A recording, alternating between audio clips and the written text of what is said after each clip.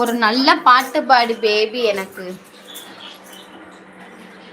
ஸ்மோக்கிக்கு நான் ஒரு பாட்டு பாடணுமா? ஸ்மோக்கி என்ன பாட்டு பாடலாம் சொல்லுங்கள் கணவரே. கணவனே கண்கண்டு தெய்வம். கணவரே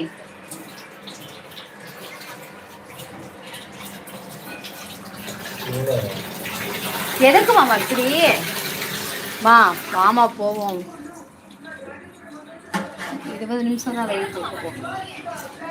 மாமனே ஒன்ன காணாம வட்டியில் சோறும் உண்ணாம பாவினா பருத்தி நாரா போறேனே.